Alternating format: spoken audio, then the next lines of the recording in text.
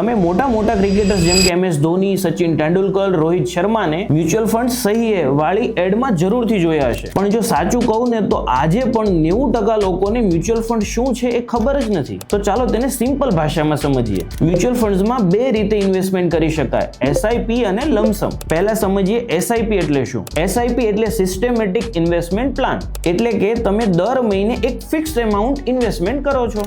જેમ કે તમે દર મહિને ફિક્સ 5000 કે 6000 રૂપિયાની કોઈ પણ એક ફંડમાં SIP કરો છો, તો આ પૈસા તે ફંડમાં જમા થાય છે અને ફંડ મેનેજર તેને અલગ લિસ્ટેડ કંપનીમાં ઇન્વેસ્ટમેન્ટ કરે છે. હવે બીજું જોઈએ લમસમ ઇન્વેસ્ટમેન્ટ. લમસમમાં તમે એક જ વારમાં મોટી અમાઉન્ટ ઇન્વેસ્ટમેન્ટ કરી શકો છો, જેમ કે 50000, લાખ કે 5 લાખ રૂપિયા એકી સાથે ઇન્વેસ્ટમેન્ટ કરી દો છો. આ પૈસા પણ માર્કેટમાં જ ઇન્વેસ્ટમેન્ટ થાય છે અને સમય જતા ધીમે ગ્રો થાય છે. એટલે કે દર મહિને નાની અમાઉન્ટથી ઇન્વેસ્ટમેન્ટ કરો કે એક સાથે મોટી અમાઉન્ટથી ઇન્વેસ્ટમેન્ટ કરો, બંનેમાં સમય સાથે પૈસા વધવાના જ છે. પણ એક હકીકત સમજી લો, મ્યુચ્યુઅલ ફંડમાં પૈસા ઇન્વેસ્ટ કરીને 1-2 વર્ષમાં વેલ્થ ક્રિએટ નહીં કરી શકાય, પણ જો એ ઇન્વેસ્ટમેન્ટને 8-10 વર્ષ માર્કેટમાં રહેવા દેશો તો કમ્પાઉન્ડિંગ તમારી વેલ્થ ક્રિએટ કરી શકે છે. અને આ જ છે કમ્પાઉન્ડિંગનો અસલી પાવર. એટલે જો તમારે પણ બેંક કરતા વધારે પૈસા ગ્રો કરવા હોય તો મ્યુચ્યુઅલ ફંડમાં ઇન્વેસ્ટમેન્ટ એક સારી એવી ઓપોર્ચ્યુનિટી બની શકે છે. આવી જ પાવરફુલ ફાઇનાન્શિયલ ટિપ્સ માટે મારા પેજને ફોલો કરો અને કમેન્ટ કરો ટિપ્સ. હું તમને બધી જ ડિટેલ્સ DM માં મોકલી આપીશ.